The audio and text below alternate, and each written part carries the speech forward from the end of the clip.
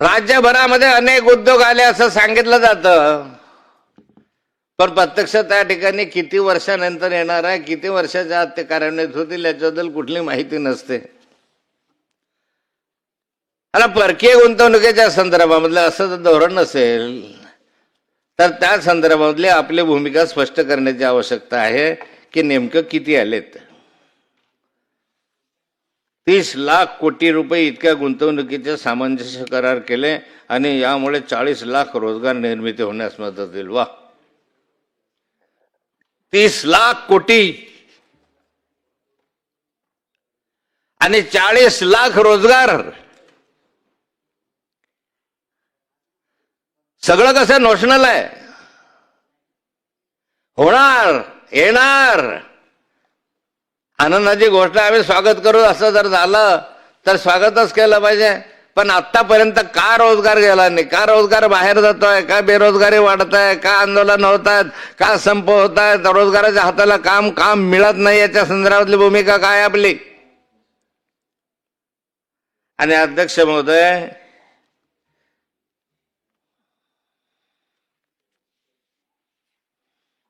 उद्दिष्ट ठेवतो आपण.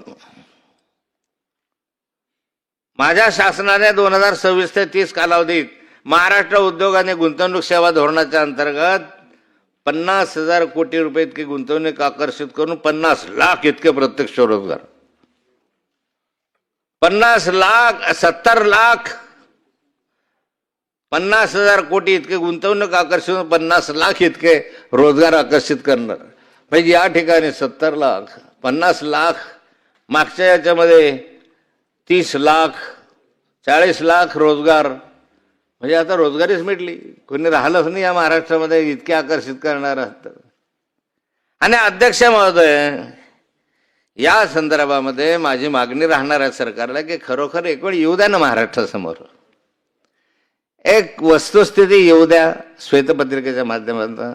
आम्ही तुमचं कौतुक करू, या सभागृहामध्ये कौतुक करू की वाह, राज्य सरकारने या 10 वर्षाच्या दशकपूर्तीच्या याच्यात इतके बेरोजगारी कमी केली, प्रत्यक्ष रोजगार इथे असा झालाय या विभागामध्ये आले. आणि माझी मागणी राहणार आहे अध्यक्ष महोदय की हे सारं करत असताना हे उद्योग जात आहेत कुठे. या महाराष्ट्रामध्ये मुंबई, पुणे, नागपूर, नवी मुंबई, नागपूरला तर नाहीच, नाशिक, पुणे आणि मुंबई, नवी मुंबई याच्या ट्रँगल शिवाय उद्योग कुठे जात आहे. काय महाराष्ट्रामधल्या मराठवाड्याची स्थिती आहे. किती उद्योग महाराष्ट्रामधून मराठवाड्यामध्ये स्थलांतरित झाले, महाराष्ट्रामध्ये आपल्या मराठवाड्यामध्ये नव्याने उभे राहिलेत. किती उद्योग विदर्भामध्ये राहिले, किती उद्योग खानदेशमध्ये उभे राहिलेत. किती रोजगार विदर्भ, खानदेश, उत्तर महाराष्ट्र, मराठवाडा या विभागामध्ये मिळाला. प्रदूषण निर्माण करणारे उद्योग फक्त कोकणामध्ये आणायचे. मग आहे काय महाराष्ट्राच्या पलीकडे, आहे की नाही. का वर्धा जिल्हा नाही, परभणी जिल्हा नाही, जळगाव जिल्हा नाही, धुळे जिल्हा नाही, नंदुरबार जिल्हा नाही. नंदुरबार जिल्हा तर या महाराष्ट्रात आहे की नाही अशी स्थिती आहे. कोणत्या जिल्ह्यामध्ये उद्योग आहे. आणि मग सारे उद्योजक, सारे शिकलेले मुलं, सारे इंजिनियर्स उठले की पुण्याकडे जातात. आज पुण्यामध्ये सर्वाधिक IT उद्योग क्षेत्रामधले मुलं जात आहेत. गावाचे गावं ओस पडायला लागलेत.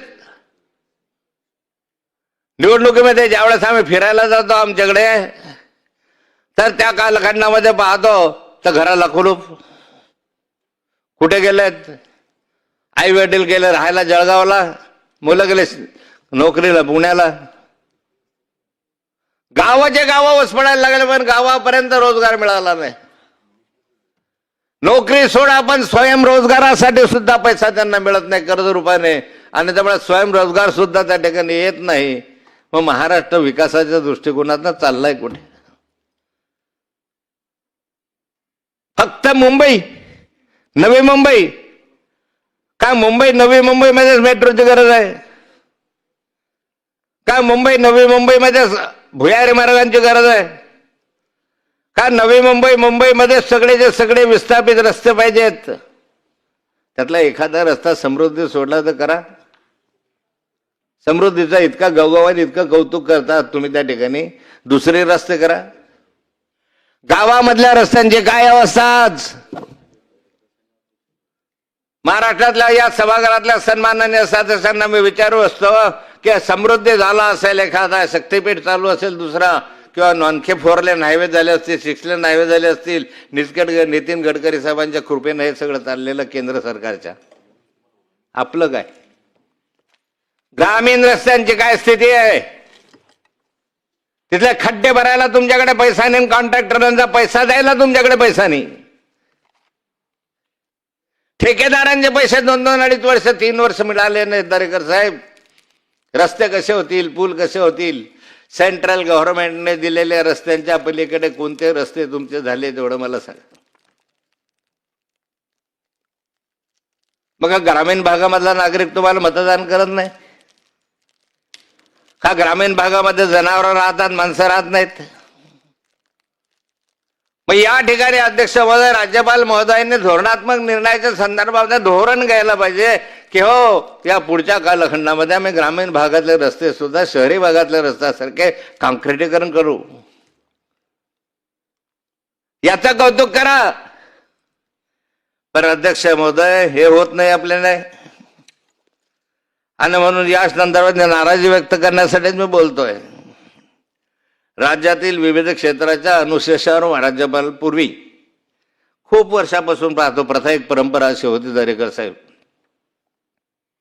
राज्यपालांचं भाषण म्हणजे बॅकलॉग, एक ओळ एक पॅरेग्राफ बॅकलॉगचा असायचा.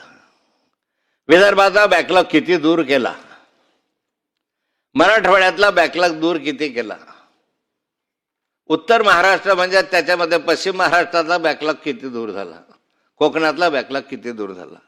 बॅकलॉगचे आकडे यायचे, तासनतास चर्चा होती, आपण पाहिलेलं आहे. कधी दांडेकर समितीवर चर्चा करायची, कधी किंमतकर समितीवर चर्चा व्हायची, कधी या क्षेत्रातला अनुशेष कमी झाला, त्या क्षेत्रातला वाढला, याच्यावर चर्चा व्हायची. राज्यपालांचं मूळ अभिभाषण जे आहे ते, आज राज्यपालांचं भाषण जे आहे ते बॅकलॉगच्या संदर्भामधला एक गाभा राहायचा. माझ्या राज्यामध्ये हा एवढा अनुशेष इतक्या वर्षामध्ये कमी केला. स्वातंत्र्य मिळाल्यानंतर 75 वर्ष झालेत, पण अनुशेष अजूनपर्यंत दूर झाला नाही. ग्रामीण भागातला माणूस तसाच राहिला. एवढं सगळं राज्यपालांचं अभिभाषण मी पाहिलं आज अध्यक्ष महोदय. या अभिभाषणामध्ये मागासवर्गीयांच्या योजनांचा किती उल्लेख आहे? एक. दरेकर साहेब, आदिवासींचं काय? दररोज कुपोषणाचे बळी होत आहेत. कुपोषण मोठ्या प्रमाणावर वाढत आहे, पण माझं सरकार आदिवासींचं कुपोषण कमी करण्यासाठी अशा उपाययोजना करणार आहे, याचा एक उल्लेख नसावा. मागासवर्गीय बांधवांना इतरांच्या तुलनेमध्ये बरोबरीला आणावं, यासाठी ह्या योजना माझं सरकार घेणार आहे, ह्याच्या संदर्भात एक उल्लेख नसावा. अल्पसंख्याक समाजासाठी इद्रिस साहेबांनी आता भाषण केलं. काय मिळालं तुम्हाला? मागचं सरकार असो काय सरकार, मी ते म्हणत नाही, कोणावर टीका टिप्पणी मला करायची नाही, पण नाही मिळालं. 75 अल्पसंख्याक शाळा, ते सर्टिफिकेट रात्रीमध्ये दिलं जातात, मायनॉरिटीचे सर्टिफिकेट, त्याच्यासाठी अल्पसंख्याक समाजाला न्याय मिळाला पाहिजे म्हणून सर्टिफिकेट दिले पाहिजे. पण या सर्टिफिकेटचा किती उपयोग दुरुपयोग केला जातो सांगा बरं मला उफरावून. अल्पभाषिक, अल्पसंख्याक जे बसत नाही त्या सगळ्या शाळा आता अल्पसंख्याक व्हायला लागल्यात, अल्पभाषिक व्हायला लागला. दरेकर साहेब, एक वेळ समिती बसवायची, चौकशी करा हे कशासाठी होतं, याच्यामधला बॅकलॉग होत नाही. बॅकलॉग भरला जात नाही का? नट नाही, डायरेक्ट भरती होते पैसा घेऊन, ऑडिट नाही. ऑडिट होतं 10 वर्षानं, शिक्षण क्षेत्रामधला सर्वात भ्रष्टाचार जर असेल आता तर या अल्पभाषिक भाषांमध्ये आहे. त्याला न्याय द्यायचा, त्याला दिलाच पाहिजे, त्याला सवलत मिळायला पाहिजे, त्याला मिळालाच पाहिजे. पण त्याच्या नावानं जो दुरुपयोग होऊन राहिलेला आहे हा कुठेतरी थांबला पाहिजे, कुठेतरी थांबला पाहिजे. आम्ही मागणी करतो मग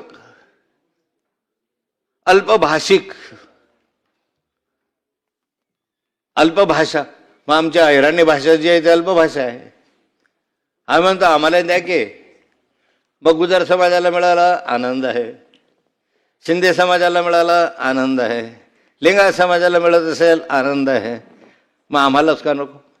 मागण्या वाढताय, मागण्या यासाठी वाढताय की याच्यावर नियंत्रण नाही आहे. आणि मग अल्पभाषिकांना तुम्हाला सांगतो इद्रिस साहेब कधीतरी बोला.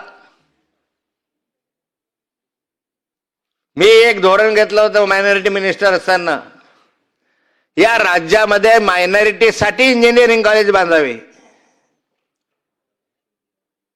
आणि त्यातलं पहिलं इंजिनिअरिंग कॉलेज माझ्या मतदारसंघात बांधून तयार आहे. 5 वर्ष झाली. तुमचं सरकार आहे ना बायबाप, बांधून तयार आहे.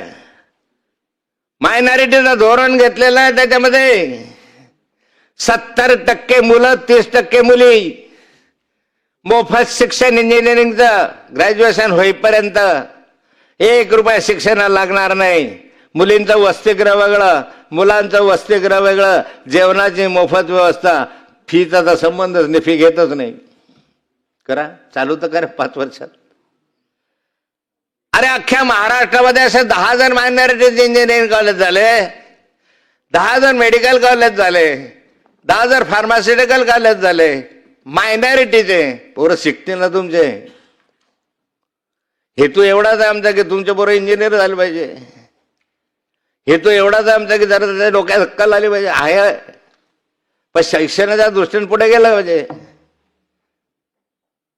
जगाच्या बरोबरीला जाण्यासाठी मायनॉरिटी आलं पाहिजे पुढे, हा हेतू होता. कुठे का नाही करत तुम्ही?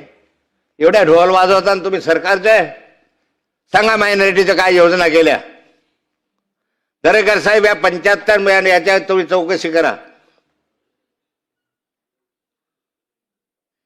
त्याची चौकशी करा. असं नाही आहे आतापर्यंत. यांना मी सांगतो, हो त्यांनाही सांगतो की आतापर्यंत जेवढे काही मायनॉरिटीचे तुम्ही प्रमाणपत्र अलीकडच्या कालखंडामध्ये दिले, अलीकडच्या, पूर्वी फार देताना मी मायनॉरिटी मिनिस्टर होतो, तो वर्षातून एखाद्या वेळेस 5, 7, 10 द्यायला राज्य.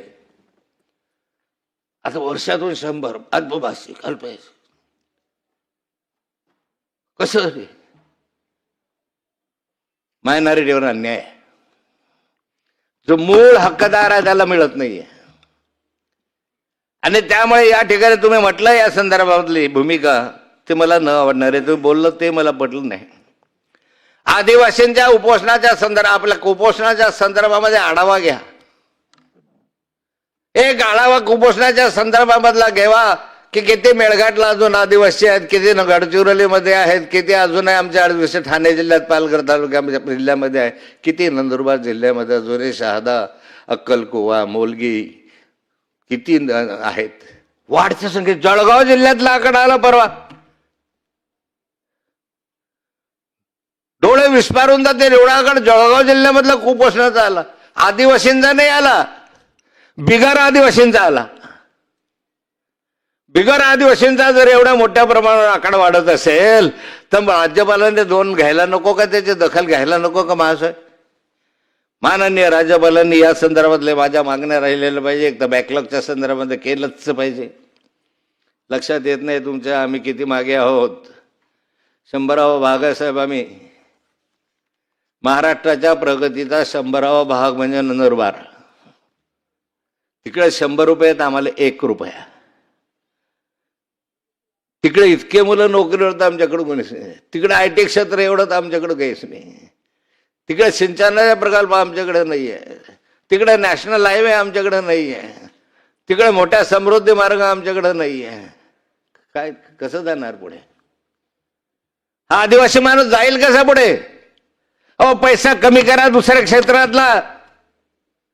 पण आदिवासी क्षेत्रामध्ये समाज कल्याणच्या क्षेत्रामध्ये पैसा वाढवा. अध्यक्ष महोदय, राज्यपाल महोदयांनी कौतुक केलं. बाहेर मागच्या कालखंडात लाडली बहीण वगैरे वगैरे भला सर्वांनी स्वागत केलं असेल, पण समाज कल्याण विभागाचा पैसा ज्यावेळेस लाडली बहीण योजनेत वळवला जातो त्यावेळेस दुःख वाटतं. किमान समाज कल्याणचा जो मागासवर्गीय आहे, जो वर्षानुवर्ष गावकुसाच्या बाहेर राहिला, त्याचा पैसा तरी अन्यत्र वळवू नका. पण 2 वर्ष झाले, 1.5 वर्ष झाले, मी पाहतो प्रत्येक बजेटमध्ये त्याचा पैसा जो आहे हा मागासवर्गीयांच्या कल्याणाचा पैसा लाडकी बहीण योजनेत. हे व्हायला नको अध्यक्ष महोदय. अध्यक्ष महोदय, या ठिकाणी राज्यातील कुपोषणाच्या संदर्भामधला तर नाही भाष्य तुमचं, पण शेती आणि शेतकरी, एवढं मोठं राज्यपालांचं अभिभाषण, शेती आणि शेतीच्या संदर्भातलं तंत्रज्ञान आहे, एआयच्या संदर्भात तुम्ही बघून नुसता उल्लेख केलेला आहे. पण काय आहे शेतकऱ्याची अवस्था, त्याच्या संदर्भात काही धोरणात्मक निर्णय. साऱ्या शेतकऱ्या, कोकणातला फळबागाचा निर्णय असेल, महाराष्ट्रातला आमच्या जळगाव परभणी वगैरे केळीचा विषय असेल, विदर्भामधला संत्र्याचा विषय असेल, काहीतरी एक योजना शेतकऱ्यांसाठी अशी जाहीर केली असती. राज्यपालांनी एक धोरणात्मक निर्णय घेतला असता तरी योजना अनेक आल्या असता. पण शेतकरी आज मरतोय, आत्महत्या करतोय, त्याचं काय? आत्महत्या थांबवण्याच्या संदर्भामध्ये राज्यपालांनी एक ओळीचा उल्लेख केला नाही, एक ओळीचा, का महाराष्ट्रातल्या आत्महत्या थांबल्या शेतकऱ्यांच्या? साऱ्या शेतकऱ्यांच्या आत्महत्या दिवसेंदिवस वाढत आहेत. कशामुळे? एका बाजूला महागाई वाढली, दुसऱ्या बाजूला खतांच्या किमती वाढल्या, तिसऱ्या बाजूला शेतमालाला भावने. आज कांद्यावाला नाशिकला रस्त्यावर आहे, परवा केळीवाला रस्त्यावर येतो. काय चाललं राज्यामध्ये? कुठेतरी हमी भाव आहे. अहो, राज्यामध्ये पावसाळ्यामध्ये नुकसान झालं, पावसाळ्यात अजूनपर्यंत नुकसान भरपाई मिळाली नाही.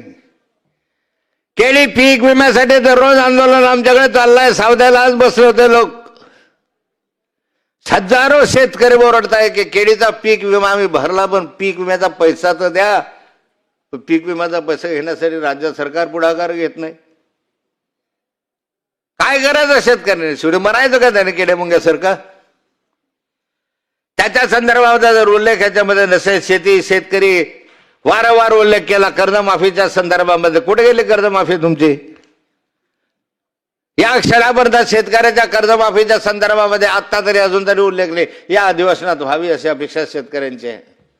संपूर्ण कर्जमाफी करण्याचं धोरण तुम्ही निवडणुकीच्या कालखंडामध्ये आपल्या आश्वासनामधून जाहीर केलं होतं. सरसकट कर्जमाफी 30%, 20%, 5% असे नव्हती, पण सरसकट कर्जमाफीच्या संदर्भात घोषणा केली. कुठे गेली तुमची कर्जमाफी? अध्यक्ष महोदय, साराचं सारं करत असताना अध्यक्ष महोदय, ह्या साऱ्या बाबी ज्या आहेत त्याच्यामध्ये उल्लेख तोडके तीर्थक्षेत्र विकासाच्या संदर्भात मोठ्या एकच 22 मिनिटं झाली. तीर्थक्षेत्र विकासाच्या संदर्भामध्ये का तुम्ही केलेलं आहे गोळीमध्ये, पण मोठे तीर्थक्षेत्र, लहान तीर्थक्षेत्रासाठी काय? माझ्या मुक्ताई नगरला संत मुक्ताईचं देवस्थान आहे, तिथल्या तीर्थक्षेत्रासाठी एक आराखडा 100 कोटीचा आधी तात्पुरता मंजूर केला. 25 कोटीचा आराखडा माननीय मुख्यमंत्र्यांच्या बैठकीमध्ये 2016ला मंजूर केला. पैसे नाही, मग नुसत्या घोषणा करतात. तुमच्या तिजोरीत खळखळाट आहे.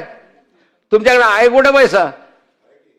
किती आहे? 10 लाख कोटीचं कर्ज आहे तुमच्या डोक्यावर. कुठून पैसा आणणार आहात? आहे तर द्या ना ठेकेदारांचा. ठेकेदारांचा पैसा द्या मंत्र्यांना तुम्ही त्या खात्याचे.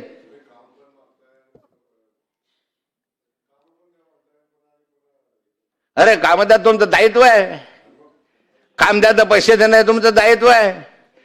कशाला का ठेकेदाराचं कामं करायचे तुम्ही नुसते त्यांच्याकडून करून घ्यायचं दलालीसाठी, कमिशन घेण्यासाठी, 5%, 10% कमवण्यासाठी कामं मंजूर करतात. पैसे द्यायच्या वेळेला टाळाटाळ करतात. द्या ना पैसे असतील पैसे तर. का पोकळ घोषणा करता येते? राज्यपालाने कर्जावर बोलायला पाहिजे. मी बोलेल पुढे, ज्यावेळेस माननीय वित्तमंत्र्याचं भाषण असेल त्यावेळेस. राज्याची परिस्थिती नाजूक आहे. आणि अध्यक्ष महोदय, मी शेवटचे 2 विषय आपल्यासमोर मांडतो. सरकारवर निवड टीकाच केली पाहिजे असं नाही दरेकर साहेब.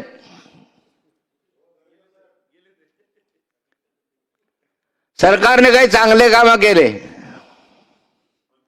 लघवीला सरकारने काही चांगले कामं केले त्याचंही कौतुक मी करणार मोठ्या म्हणून. मला माहित आहे मुनगंटीवार साहेबांनी गुंठेवार आपल्या बावनकुळे साहेबांनी गुंठेवारीच्या संदर्भामधला कायदा केला. महाराष्ट्रानं स्वागत केलं. राज्यभरामध्ये गुंठेवारीच्या संदर्भामध्ये जो प्रॉब्लेम होता 1 गुंठा 2 गुंठे 10 गुंठे तो साराचा सारा गुंठेवारीचा कायदा राज्यभरामधून त्यांनी करून 1 गुंठ्याला सुद्धा परवानगी घर बांधायला दिली. त्यामुळे पंतप्रधान आवास योजनेचे जे कामं होते ते थांबले आपले सुरू झाले. 1 गुंठ्यामुळे पंतप्रधान आवास योजनेचे कामं मोठ्या प्रमाणात थांबले होते. आता ते सुरू झाले. तुकडेबंदी कायदा त्याच्यामध्ये सूट दिली. त्याचा एक फायदा या राज्याला जरूर झाला. 2 लाखापर्यंत मुद्रांक शुल्क माफ त्याचा या राज्याला जरूर फायदा झाला. अनेक काही चांगल्या योजना केल्या अनेक काही चांगले धोरण घेतले.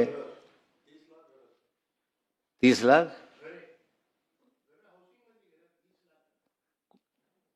मला नाही माहित. 30 लाख हाऊसिंग मध्ये घर असतील तर चांगली गोष्ट. घरकुल तुमचे कुठे आहे हो? घरकुल तो केंद्र सरकार आहे. पंतप्रधान तुमच्या घरकुलाच्या सगळ्या योजना बंद झाल्या. बोलायला लावू नका.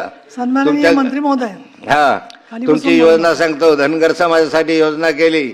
6 वर्षामध्ये अहिल्यादेवी होळकरांच्या नावानं योजना केली. 1 घर मंजूर झालं त्याचं काम झालेलं नाही.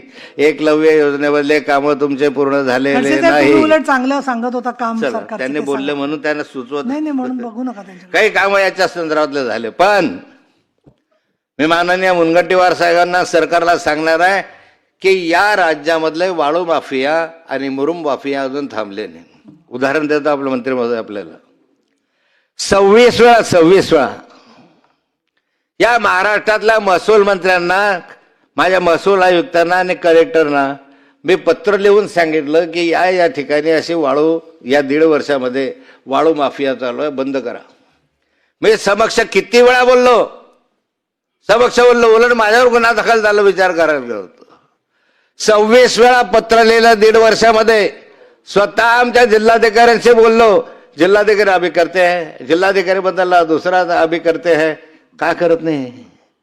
जिल्हाधिकारी अगतिक आहे. ताकद आहे तुमच्या जिल्हाधिकाऱ्यामध्ये. कमजोर झाल्या जिल्हाधिकारी. माफियांच्या नावाखाली माफियांच्या दबावाखाली जिल्हाधिकारी कमी झाले. रेव्हेन्यू यंत्रणा करा. तुमच्या ताकद असेल तर बंद करून दाखवा. मी तुम्हाला दाखवल्या स्पॉट. मी स्वतः गेलो त्या ठिकाणी. तुम्हाला लाईव्ह लोकेशन दाखवलं. लाईव्ह काढताना जे दाखवलंय. कलेक्टर बुलढाण्याला कळवलं. त्यांना कळवलं. ह्यांना कळवलं. जे चांगलं काम आहे तेही तुमच्यानं का होत नाही? कारण इसके ऊपर नाना भाळी आहे. नाना आमच्याकडे पैशाला नाना म्हणतात. हप्तेखोरी भारी आहे. एक जिल्हाधिकाऱ्याने 70 आवाज केला की साला सळसळ कापायचा प्रशासन इंग्रजांच्या कालखंडात. काही जिल्हाधिकारी अजूनही मी पाहिलेले आहे. तुकाराम मुंडे सारखे. मी कौतुक करतो नेहमी तुकाराम मुंडेचं. काय तुम्हाला असेल नसेल पण त्या माणसांना लाईन लावली. शिस्त लावली. तशासारखं हे आमचे जिल्हाधिकारी. यस सर फोन केला की उठून उभे राहा. Yes sir. अरे क्या यस सर लगाया. कोण बंद करणार आहे का? आम्ही करणार आहोत. तुमच्याने बंद होत नाही. मंत्र्यांनी ताकद नाही. 26 वेळा मंत्र्यांना पत्र देऊन उत्तर नाही. 26 वेळा पत्र देऊन नाशिकचा आमचा कमिशनर मला पत्र देतो की आम्ही कारवाई करतो आहोत. करा कार्यवाही. जा सांगा तुमच्या जिल्हाधिकाऱ्याला सस्पेंड करा. हा माणसं का नाही सस्पेंड? कारण हप्ते पोहोचतात वरपर्यंत. हप्ते वरचा आकडा मी सांगू शकेल कुठपर्यंत आहे. तहसीलदार असू शकेल, प्रांत असू शकेल. वरचा एकच अर्धा मिनिट फक्त. अरे माझं आव्हान चॅलेंज आहे या सरकारला. चॅलेंज त्या राज्यामधले वाळू माफिया मुरुम माफिया हे बंद करून दाखवा. तहसीलदार घाबरतो. त्याच्या अंगावर हल्ला होतो. पोलीस संरक्षण देत नाही. म्हणता आमचं काम नाही आहे. प्रांत घाबरतो. त्याच्या घरावरले होतात. त्याच्या गाड्यांवर हल्ला तर सुरक्षित आहे का कायदा सुव्यवस्था या ठिकाणी? म्हणून शेवटचं माझं आव्हान आहे सरकारला की बंद करा. किमान आमच्या मतदारसंघात जर 26 पत्र दिले, 26, माझ्यासारखा माणूस ज्यावेळेस 26 पत्र 1.5 वर्षामध्ये येतो तर ते दखल होत नाही. किती संवेदनशील सरकार आहे. वा राज्यपाल महोदय, मी तुमचं अभिनंदन करेल यासाठी की इतकं निगरगट्ट सरकार आम्ही कधी अनुभवलं नाही, ते आता अनुभवतो आहोत. मी ना राज्यपालांचं अभिभाषण आज आपण सभागृहाच्या पटलावर ठेवलं आणि श्री प्रवीणजी दरेकर यांनी राज्यपालाच्या अभिभाषणावर अभिनंदनाचा प्रस्ताव मांडला. कित्येक वर्षामध्ये राज्यपालांच्या अभिभाषण मी पाहतोय, वाचतोय. अलीकडच्या कालखंडामध्ये सर्वात रट्टाळ असं भाषण असेल तर या वर्षीचं राज्यपालांचं आहे. प्रवीणजी, राज्यपालांचं अभिभाषण म्हणजे काय, आम्ही काय केलं हे थोडक्यात आणि आम्ही काय करणार आहोत हे विस्तृत. या राज्याची दिशा कशी असावी, धोरणात्मक दिशा कसा असावी, हे राज्य पुढच्या कालखंडात कोणत्या दिशेनं जावं, पुढच्या कालखंडामध्ये धोरणं कसे अवलंबावे, यासाठी जर राज्यपालांचं अभिभाषण. आम्ही पर्यटनाला चालना दिली, आम्ही कर्नाटक सीमा वादाच्या संदर्भात वकील नियुक्त केला. एक वकील नियुक्त केला की धोरणात्मक होऊ शकते का? हो, गेल्या अनेक वर्ष 1960 पासून तर आतापर्यंत कर्नाटक विवाद हा सुटलेला नाहीये, सीमावाद. आणि एकही अधिवेशन असं झालं नाही बजेटचं की ज्याच्यामध्ये कर्नाटक महाराष्ट्र सीमावादाचा उल्लेख नाहीये. पण त्या उल्लेखाच्या संदर्भात आम्ही काय कार्यवाही केली, कुठल्या बैठका झाल्या, किती त्याच्यामध्ये पुढाकार घेतला, या संदर्भातली विस्तृत माहिती त्याच्यामध्ये असायची. आता यांनी त्याच्यामध्ये काय केलेलं आहे तर सर्वोच्च न्यायालयात महाराष्ट्राचे प्रतिनिधित्व करण्यासाठी तज्ज्ञ वकिलाची नियुक्ती केली. याचा अर्थ असा आहे की आतापर्यंत यासाठी तज्ज्ञ वकील नियुक्ती केली नव्हती आणि त्यामुळेच हा प्रश्न भिजत पडलेला आहे. तो प्रश्न असाच पडलेला आहे. तज्ज्ञ वकिलाची नियुक्ती काही धोरणात्मक विषय असू शकतो. दरेकर साहेब, आता यामध्ये महाराष्ट्र थेट परकवणूक गुंतवणुकीच्या पसंतीचे राज्य आहे आणि देशातील अग्रेसर औद्योगिक राज्य आहे असं आपण म्हटलेलं आहे.